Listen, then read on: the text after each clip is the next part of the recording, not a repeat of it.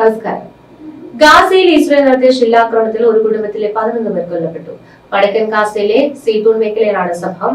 വെള്ളിയാഴ്ച രാത്രിയിലാണ് അബൂ ഷാബർ എന്ന കുടുംബത്തിലെ അംഗങ്ങൾ സഞ്ചരിച്ചിരുന്ന ബസിന് നേരെ ഇസ്രായേൽ സൈനികർ ഷില്ലാക്രമണം നടത്തിയത്.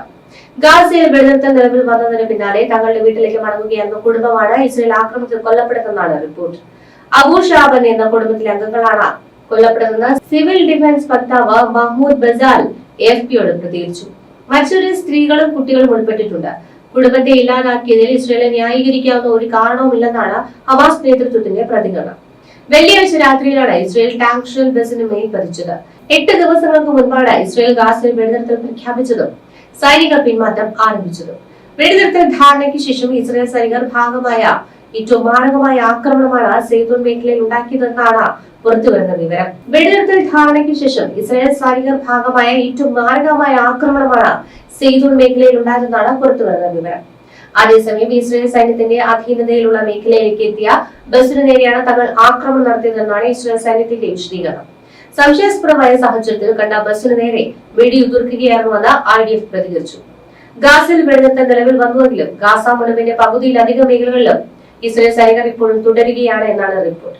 ഗാസ സിറ്റിയിൽ കെട്ടിടാവശിഷ്ടങ്ങളുടെ തിരച്ചിലിൽ കൂടുതൽ പേരുടെ മൃതദേഹങ്ങൾ കണ്ടെത്തിയതോടെ ഇസ്രായേൽ ആക്രമണങ്ങളിൽ ഇതുവരെ കൊല്ലപ്പെട്ട ഫലസ്തീനികളുടെ എണ്ണം 68,116 ആയെന്ന് ഗാസ ആരോഗ്യ മന്ത്രാലയം അറിയിച്ചു. വെടിനിർത്തൽ കരാറിന്റെ ഭാഗമായി 15 ഫലസ്തീൻ തടവുകാരുടെ മൃതദേഹങ്ങൾ കൂടി ഇസ്രായേൽ ഗാസയ്ക്ക് കൈമാറി. ഇതോടെ കൈമാറിയ മൃതദേഹങ്ങളുടെ എണ്ണം 135 ആയി. അതേസമയം ഗാസയിൽ ശേഷിക്കുന്ന 18 ബന്ദികളുടെ മൃതദേഹങ്ങൾ കണ്ടെത്താനുള്ള തിരച്ചിൽ യന്ത്രോപകരണങ്ങൾ വേണമെന്ന ആവശ്യം ഹമാസ് ആവർത്തിച്ചു. 10 മൃതദേഹങ്ങളാണ് ഇതുവരെ കൈമാറിയത്. മൃതദേഹങ്ങൾ ഹമാസ് കൈമാറുന്നില്ലെങ്കിൽ റഫ ഇടനാഴി തുറക്കില്ലെന്ന് ഇസ്രായേൽ പ്രധാനമന്ത്രി ബെഞ്ചമിൻ നെതന്യാഹു പറഞ്ഞിരുന്നു. ഇതിനിടെ യുദ്ധകാലത്ത് നാടുവിട്ട ഫലസ്തീൻകാർക്ക് ഗാസയിലേക്ക് മടങ്ങാൻ നാളെ റഫ ഇടനാഴി തുറക്കുമെന്ന് ഈജിപ്തിലെ ഫലസ്തീൻ എംബസി അറിയിച്ചു. വെടിനിർത്തലിനിടയിലും ഒരാഴ്ചയ്ക്കിടെ ഇസ്രായേൽ സൈന്യം നടത്തിയ വെടിവെപ്പുകളിൽ കൊല്ലപ്പെട്ട ഫലസ്തീനികളുടെ എണ്ണം 28 ആയി. ഗാസ സിറ്റിയിലെ സെയ്തൂൺ യെല്ലോ ലൈൻ ലംഘിച്ചു എന്ന പേരിലാണ് ഇസ്രായേൽ സൈന്യം നടത്തിയ വെടിവെപ്പിൽ ഒരു കുടുംബത്തിലെ 11 പേർ കൊല്ലപ്പെട്ടിരിക്കുന്നത്. കഴിഞ്ഞ ദിവസം ഗാസയിൽ സഹായവുമായി 339 ട്രക്കുകൾ എത്തിയതായി UN അറിയിച്ചിട്ടുണ്ട്. കരാർ അനുസരിച്ച് പ്രതിദിനം 600 ട്രക്കുകളെങ്കിലും എത്താൻ ഇസ്രായേൽ അനുവദിക്കേണ്ടതാണ്. ഇപ്പോൾ ഇസ്രായേലിന്റെ നീക്കങ്ങൾ എന്ന് പറയുന്നത് ഭീകര കേന്ദ്രങ്ങളെ കൃത്യമായി കണ്ടെത്തി ഹമാസുകളെ നശിപ്പിക്കുക എന്നതിലേക്കാണ്. ഹമാസ് വീണ്ടും സജീവമാകാനുള്ള സാധ്യത മുൻകൂട്ടി തിരിച്ചറിഞ്ഞതിനാലാണ് ഗാസയിലെ ഓപ്പറേഷൻ രീതിയിൽ IDF മാറ്റം വരുത്തിയിരിക്കുന്നത്. ഇതോടെ ഗാസയിൽ യുദ്ധാവസ്ഥ വീണ്ടും ഗുരുതരമാകുന്ന സാഹചര്യമാണ്. പൗരന്മാർ സുരക്ഷിത കേന്ദ്രങ്ങളിലേക്ക് ഒഴിഞ്ഞു പോകുമ്പോൾ അന്താരാഷ്ട്ര സമൂഹം ഇരുപക്ഷത്തിന്റെ നീക്കങ്ങൾ ആശങ്കയോടെ ഉറ്റുനോക്കുകയാണ്. വെടിനിർത്തൽ പ്രഖ്യാപിച്ചതോടെ ഇരച്ചു കയറിയത് 7 ഹമാസാണ്. ദൗത്യം അവസാനിച്ചിട്ടുള്ളത് ഇസ്രായേൽ ബോധ്യപ്പെട്ട നിമിഷം. ഈ ഭീകരർ എവിടെ ഒളിച്ചിരിക്കുന്നു, എവിടെ നിന്നാണ് ഇവർക്ക് സഹായം ലഭിച്ചത്, ഈ ഒരു അന്വേഷണത്തിലാണ് ഇപ്പോൾ ഇസ്രായേൽ. ഭീകരർ ഒളിച്ചിരുന്ന ടണലുകൾ കൃത്യമായി കണ്ടെത്തി തകർക്കാൻ ഉത്തരവിട്ടിരിക്കുകയാണ് പ്രതിരോധ മന്ത്രി ഇസ്രായേൽ കാറ്റ്സ്. ഒന്നുകിൽ ടണലുകളിൽ നിന്ന് ഭീകരരെ പുറത്തേക്ക് എത്തിക്കണം, അല്ലെങ്കിൽ ടണലിൽ ഇട്ടു തന്നെ തീർക്കണം. വിഷപ്പുക പ്രയോഗിക്കുക പോലുള്ള വഴികളെ അതിനുള്ളൂ. ഇസ്രായേൽ ക്ലസ്റ്റർ ബോംബ് പ്രയോഗിച്ചു എന്നാണ് ഇപ്പോൾ ഏറ്റവും ഒടുവിലായി പുറത്തുവന്ന റിപ്പോർട്ട്. എന്നാൽ ഇതിനോട് പ്രതികരിക്കാൻ ഇസ്രായേൽ തയ്യാറായിട്ടില്ല. വെടിനിർത്തൽ കരാർ അവതാരത്തിലാക്കുവാനും ബന്ദിമോചനം അട്ടിമറിക്കുവാനും ഹമാസ് നടത്തുന്ന നീക്കമാണിതെന്നാണ് ഇസ്രായേൽ തിരിച്ചടിച്ചത്.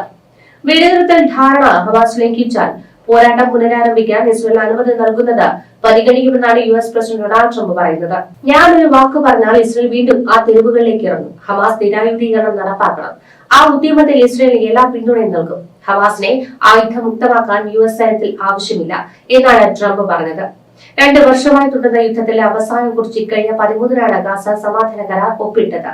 ഈജിപ്തിലെ ഷാർമൽ ഷെയ്ഖിൽ ട്രംപിന്റെയും ഈജിപ്ത് പ്രസിഡന്റ് അബ്ദുൽ ഫത്താഹ് അൽ-സിസിയുടെയും അധ്യക്ഷതയിൽ 20ഓളം ലോക നേതാക്കൾ പങ്കെടുത്ത ഉച്ചകോടിയിലായിരുന്നു സമാധാന കരാർ ഒപ്പിട്ടത്. കരാർ പ്രകാരം ഇസ്രായേൽ സൈന്യം പിൻവാങ്ങിയതോടെ ഗാസയിൽ പിടിമുറുക്കിയ ഹമാസ് വിമത വിഭാഗത്തിൽപ്പെട്ട 7 പേരെ തെരുവിൽ പരസ്യമായി വെടിവെച്ച് വീഴ്ത്തിയിരുന്നു. ഇതിന് പിന്നാലെയാണ് കരാർ പ്രകാരം ഹമാസ് നിരായുധീകരണം നടപ്പാക്കണമെന്ന് ആവശ്യപ്പെട്ടത്. ഹമാസിനെ ഘട്ടം ഘട്ടമായി കൊന്നൊടുക്കുക എന്ന നിലയിലേക്കാണ് ഇപ്പോൾ ഇസ്രായേൽ കടന്നത്. ഇസ്രായേൽ ക്ലസ്റ്റർ ബോംബുകൾ പ്രയോഗിച്ചു എന്ന് ഉറ്റുനോക്കുകയാണ് ലോകരാജ്യങ്ങളും. ഒട്ടേറെ ചെറുബോംബുകൾ അടങ്ങിയതാണ് ഈ ക്ലസ്റ്റർ ബോംബ്.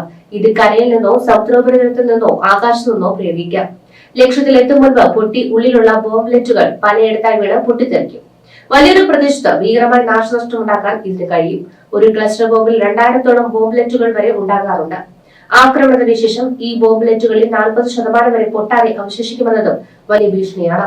നിലത്ത് വീണ് പൊട്ടാതെ കിടക്കുന്ന ബോംബ്ലെറ്റുകൾ കുഴിബോംബുകളെക്കാൾ മാരകമാണ്. രണ്ടാം ലോക മഹായുദ്ധകാലത്ത് അമേരിക്ക, റഷ്യ, ഇറ്റലി എന്നിവരാണ് ക്ലസ്റ്റർ ബോംബ് സാങ്കേതികവിദ്യ വികസിപ്പിച്ചെടുത്തത്. അന്നിത് വ്യാപകമായി ഉപയോഗിക്കുകയും ശേഖരിച്ചു വെക്കുകയും ചെയ്തു. ഒരേ സമയം കൂടുതൽ സൈനിക സന്നാഹങ്ങൾ തകർക്കുക എന്നതായിരുന്നു ഇതുകൊണ്ട് ഉദ്ദേശിച്ചത്. ടാങ്കുകൾ വ്യാപകമായി തകർക്കുവാനോ സൈനികരെ കൂട്ടത്തോടെ കൊന്നൊടുക്കുവാനോ പരിക്കേൽപ്പിക്കുവാനോ ഒക്കെ ക്ലസ്റ്റർ ബോംബുകൾ ഉപയോഗിക്കുന്നുണ്ട്. ഇത് സാധാരണക്കാർക്കടക്കം വിനാശകരമായ തിരിച്ചടി ഉണ്ടാക്കുമെന്നതുകൊണ്ട് തന്നെ പല രാജ്യങ്ങളും ഇതിനെ നിരോധിച്ചിട്ടുമുണ്ട്. ഹമാസിന്റെ അവശേഷിക്കുന്ന ടണലുകൾ നശിപ്പിക്കുക എന്ന ഉദ്ദേശത്തോടെയാണ് ക്ലസ്റ്റർ ബോംബുകൾ ഇസ്രായേൽ പ്രയോഗിച്ചതെന്നാണ് ആരോപണങ്ങൾ വരുന്നത്. എന്നാൽ ഒന്നിനും കൃത്യമായ സ്ഥിരീകരണം വന്നിട്ടില്ല. ഒരു വലിയ പ്രദേശത്തെ ടാങ്കുകൾ, സൈനിക ട്രൂപ്പുകൾ, അടിസ്ഥാന സൗകര്യങ്ങൾ എന്നിവയെല്ലാം ഇത് പൂർണ്ണമായി നശിപ്പിക്കും. ഹമാസിന്റെ ടണലുകൾ നശിപ്പിക്കാൻ തുനിഞ്ഞിറങ്ങിയ ഇസ്രായേലിന് ഇതുവരെ പൂർണ്ണമായും അത് സാധ്യമായിട്ടുമില്ല. ക്ലസ്റ്റർ ബോംബുകൾ പ്രയോഗിച്ചാൽ ടണലുകളിൽ വലിയ നാശം വരുത്തുവാൻ കഴിയും. എന്നാൽ ഇസ്രായേൽ ക്ലസ്റ്റർ ബോംബുകൾ പ്രയോഗിച്ചുവെന്ന സ്ഥിരീകരണം വന്നാൽ അത് നെതന്യാഹുവിന് തിരിച്ചടിയാകും. കാരണം ഈ മാരകമായ ആയുധം പ്രയോഗിക്കുന്നത് യുദ്ധകുറ്റമാണ്. ശത്രുക്കളെയും യുദ്ധസാമഗ്രികളെ നാമാവശേഷമാക്കുന്നതിനൊപ്പം പ്രകൃതിക്ക് കൂടി അതിഗുരുതര പ്രത്യാഘാതം ഉണ്ടാക്കുമെന്ന വൈറ്റ് ഫോസ്ഫറസ് ബോംബുകൾ ഇസ്രായേൽ ഗാസയിൽ ഉപയോഗിക്കുന്നുവെന്ന വാർത്ത കഴിഞ്ഞ വർഷം തന്നെ പുറത്തു വന്നതാണ്. ഫോസ്ഫറസിന്റെയും റബ്ബറിന്റെയും മെഴുകുപോലുള്ള മിശ്രിതമാണ് ഈ വൈറ്റ് ഫോസ്ഫറസുകൾ. അതിനെയാണ് ബോംബായി മാറ്റുന്നത്. അന്തരീക്ഷത്തിൽ എത്തിയാൽ 800°C മുതൽ 2500°C വരെയുള്ള താപനിലയിൽ കത്തിജ്വലിക്കും. അനിയന്ത്രിതമായതിലും മുകളിലുള്ള പ്രകാശമടക്കം പുറന്തള്ളിക്കൊണ്ടാണ് ബോംബ് പതിക്കുക. ഒരിടത്ത് പതിഞ്ഞാൽ നീക്കം ചെയ്യുന്നതുവരെ ഏറെ ബുദ്ധിമുട്ടുള്ളതും ഇതിന് പുറമെയുള്ള ബാൻഡേജ് നീക്കം ചെയ്യാൻ ശ്രമിക്കുന്നതോടെ കൂടുതൽ ശക്തിയിൽ കത്തുകയും ചെയ്യും. വസ്ത്രങ്ങളിൽ അടക്കം പറ്റിപ്പിടിക്കുകയും ശരീരത്തിലേറ്റാൽ ഗുരുതരമായി പൊള്ളലേൽക്കുകയും ചെയ്യും. മരണസംഖ്യ വരെ ഉയരുവാനുള്ള സാധ്യതയുണ്ട്. അതികഠിനമായ ചൂടായതിനാൽ ചെറിയ പോറൽ പോലും ആന്തരിക അവയവങ്ങളെ പോലും നശിപ്പിച്ചു കളയുമെന്നാണ് വിദഗ്ധരടക്കം ചൂണ്ടിക്കാട്ടുന്നത്. അതികഠിനമായ ചൂടിനപ്പുറം വലിയ പുകയുണ്ടാകുന്നത് കൊണ്ട് തന്നെ ശത്രുക്കൾക്ക് മുന്നോട്ട് പോകാൻ കഴിയാതെ വരും. ഏതെങ്കിലും കാരണവശാൽ ഇതുപോലെ പരിക്കേറ്റാൽ ചികിത്സിച്ച് ഭേദമാക്കുക പോലും അസാധ്യമാണ്. ഇതോടെ വൈറ്റ് ഫോസ്ഫറസ് ബോംബുകളെ നിരോധിത ആയുധ പട്ടികയിൽ ലോകരാജ്യങ്ങൾ പെടുത്തിയിരുന്നു. 19ാം നൂറ്റാണ്ടിൽ ബ്രിട്ടീഷ് പട്ടാളത്തിനെതിരെ ആരിഷ് ദേശീയവാദികളാണ് ഇത് ആദ്യമായി ഉപയോഗിച്ചത്. ഫിനിയൻ ഫയൽ എന്നും അറിയപ്പെടുന്നുണ്ട്. ശേഷം ഒന്നാം ലോക മഹായുദ്ധകാലത്തും രണ്ടാം ലോക മഹായുദ്ധകാലത്തും ബ്രിട്ടീഷ് പട്ടാളക്കാർ ഇത് വ്യാപകമായി ഉപയോഗിച്ചു.